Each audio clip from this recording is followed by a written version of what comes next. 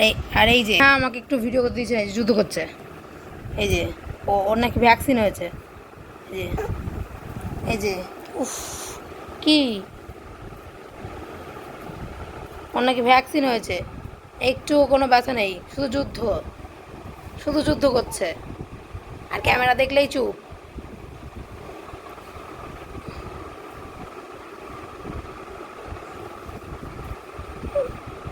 কি হলো, তুমি বলবে তোমার ব্যথা আছে কি না?